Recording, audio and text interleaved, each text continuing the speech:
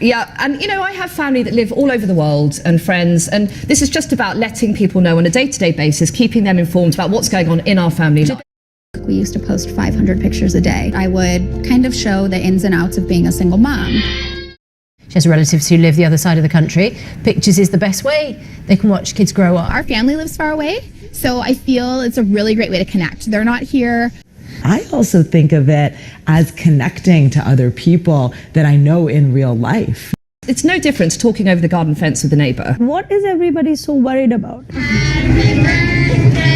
Yeah, I like to post about the kids. And I got a phone call saying like, hey, can you take your kids' birthday party photos down? And I'm like, I want to be respectful of that, but at the same time, I'm like, they're my kids' birthday party. Me knows I'm like an open book. I share, all the fun milestones that we meet and all of the things that they do and all the places we go. But as soon as they're on social media, people can comment on them. And actually, that's an invitation to comment on your children as well. It's a big deal. I think you look so cute and it was a nice moment. The photo of me in a bathing suit. Someone out there could look at my body and think something of me that I wouldn't want them to think. When you Google my name, simply just my first name, childhood photos of me in bikinis will pop up, and I'm terrified to have those weaponized against me again. Hey Mom, hey Dad. It's me, Ella. Well, a digital version of me, just a bit older. Amazing what technology can do these days, isn't it? All you need are a couple of pictures, like the ones you share on social media, where they can be taken and used by everybody. What you share online is like a digital footprint that will follow me around for the rest of my life. So please, Mom, please, Dad, protect my virtual privacy.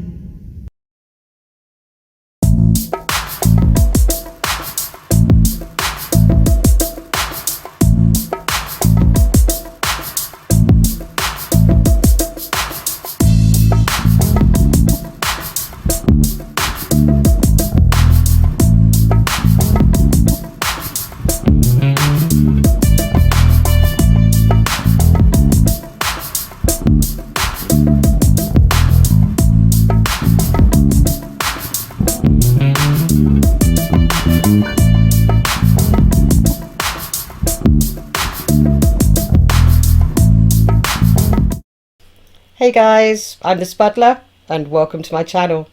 So if you're a newcomer and you've only recently subbed up to me, thank you so much for being here. It really makes a difference, and welcome.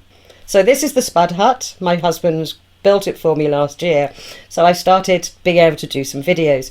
I'm not quite sure how these videos will work out, beginning to find my feet and to find what it is that I want to do with the channel.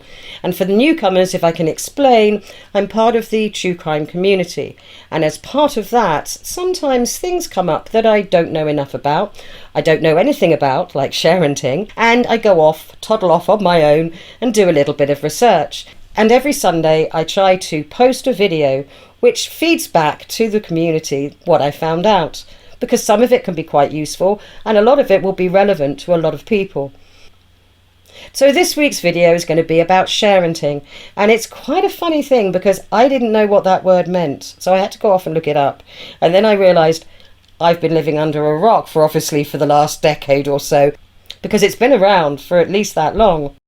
Now, I think most of us are familiar with the story of the 8 Passengers YouTube channel and what happened to Ruby Frankie, so we can see the dangers of sharenting in its most extreme form. Sharenting is really anybody that shares pictures of their children as they grow up on social media, and obviously there are greater and lesser degrees of that sharenting. Now, full disclosure, I'm not a mother, so I'm not coming at this with any preconceived idea of what you should and shouldn't do, because it's not for me to say, and I'm not an expert in parenting. What I want to do is just give you the information that I've discovered, and then you can decide from that information how you move forward with your sharenting and whether you make any changes to it. It's entirely up to you, and I think by now people that know me through this channel know that I believe that everybody has the right to make their own personal decisions, because everybody's lifestyle is completely unique and nobody else has the right to judge you.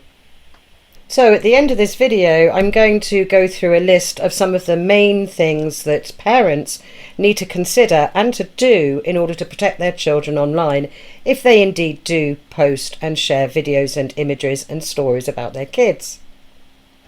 But before I do that, there are two issues that have come up in my reading which are really quite topical and current, and I think everybody needs to be aware of them and update your thinking when it comes to what you post. Now, I was going to go through one of those issues, which is the issue of child privacy and their right to have a say in what goes out there onto the internet.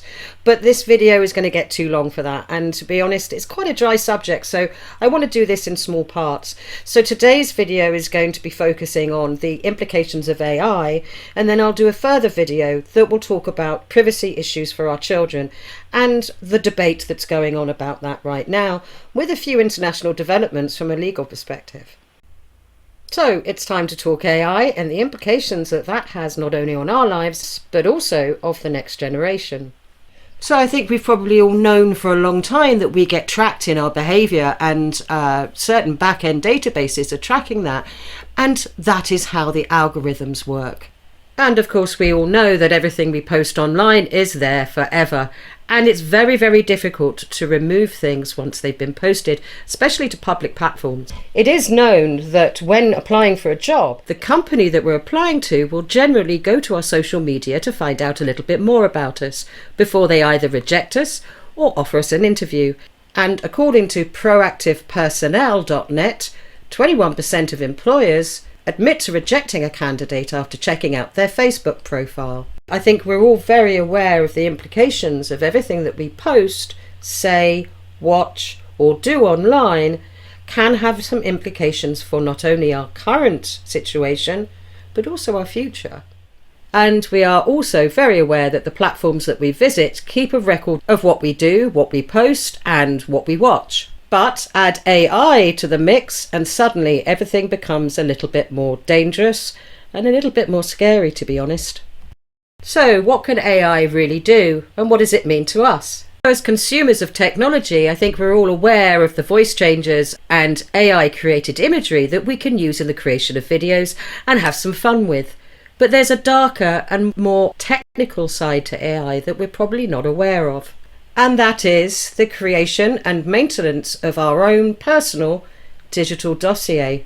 As AI has developed, those dossiers have become more extensive, and in fact, they can track every single thing that we do online, every comment we make, every image that we post, collects that together, learns about us, and then it can use that potentially against us.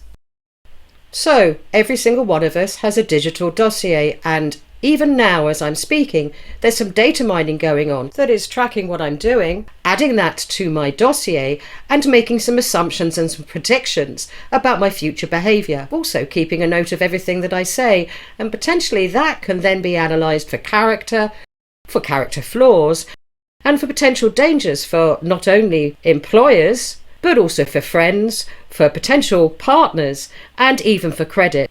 As this develops and the data mining continues, these particular programs will actually probably know us better than we know ourselves. And these dossiers will continue to be added to, and they will follow us around for the rest of our lives. And if that isn't scary enough, the very first time a parent mentions, posts, or uploads a video of their children, that's when that child's digital dossier begins.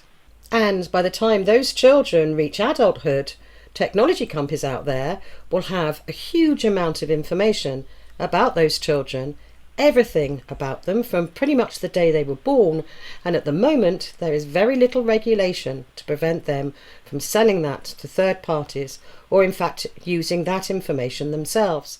And in fact already we know that the information we put online isn't safe. If you read the terms and conditions of Facebook, for instance, whatever you post on Facebook, they are allowed to use in whatever way they want. And I'm not sure most people realise that. Now, I'm definitely not a tech head, although I did work in the industry many, many decades ago.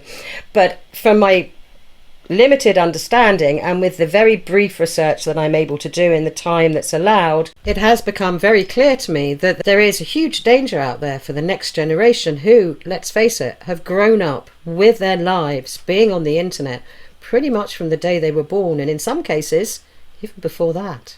So just to explain the extent of the possible damage that Sharenting now could do for your children in the future, let's go back to Ella and see what she has to say. And as always, I have put a link to this particular video in the description, and I do highly recommend that you go off and watch it in its entirety because it's incredibly powerful. Anyway, let's go back to the future version of Ella and see what she has to say. A future where my identity can be stolen just like that. Where I can go to prison for things that I would never do. Imagine my credit score being destroyed, Dad. Or my voice copied to scam you, Mom. Mom, I'm in trouble. I need you to send me money, please. I don't want to become a meme, humiliated by everyone at school. And I certainly don't want this.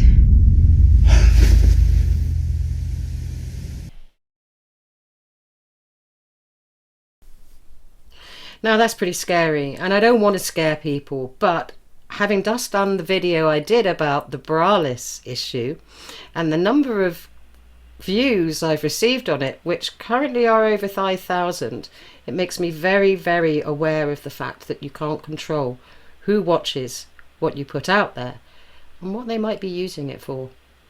And in that respect, kind of is keeping me up at nights. But anyway, here is some basic tips that you can put in place right now to protect what you put out there about your children.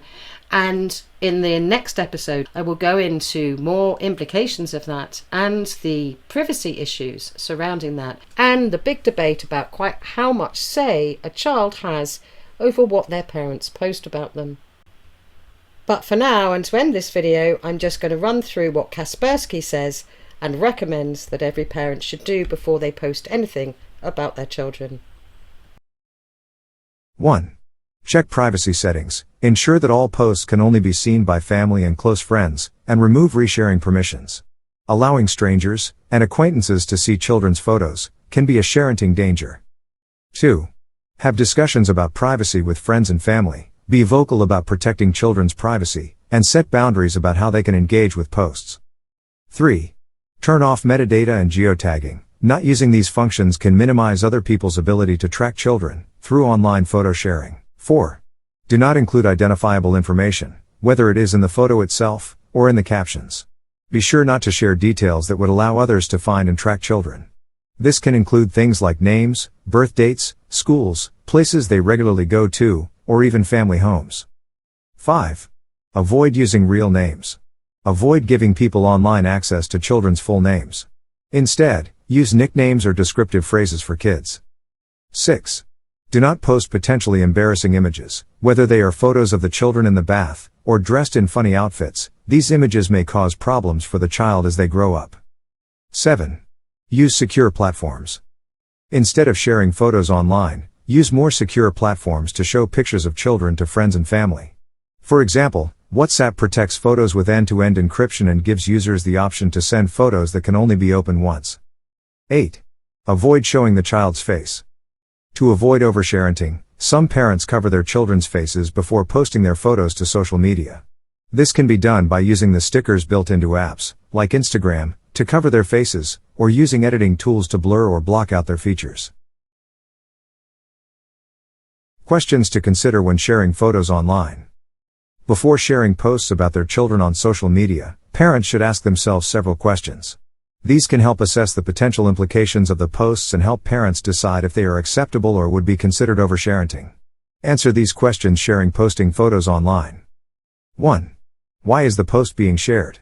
Perhaps it is to keep your friends and family updated about your child's development, or it is simply because it is an adorable moment. Either way, it is important to understand the intention behind the post. 2. Would it be acceptable to allow someone else to share a similar post? While everyone approaches social media differently, it is important to consider whether the post would be okay if the roles were reversed. If the child in question is old enough to understand and give consent, Ask them directly. 3. Is there anything potentially embarrassing about the post?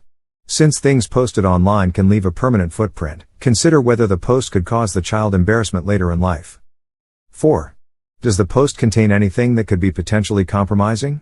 As above, consider whether the post could cause difficulties for the child later in life. Perhaps there are religious or political sentiments that might bar the child from being employed at a certain company as an adult. 5. Would the child be happy to see the post as part of their digital footprint? Think about what the post says about the child, and how they might want to be perceived as an adult. Would the post be a nice memory or perhaps paint them in a negative light? So that's the end of this video. Hopefully it's given you a little taster about the issues that are out there, and I do recommend that everybody goes out and does a little bit more research, because this really is an issue that as time goes on is going to become more and more pressing. And if you're a parent or grandparent out there, I really do recommend that you talk about this with not only your significant other, but also the rest of your family, because it will become more and more relevant and more of a pressing concern as time goes on. So if you enjoyed this video, please remember to hit the like button, and I'd love to hear what you think. Thanks for watching, and anybody in the true crime community, I'll see you in chat sometime, somewhere, maybe.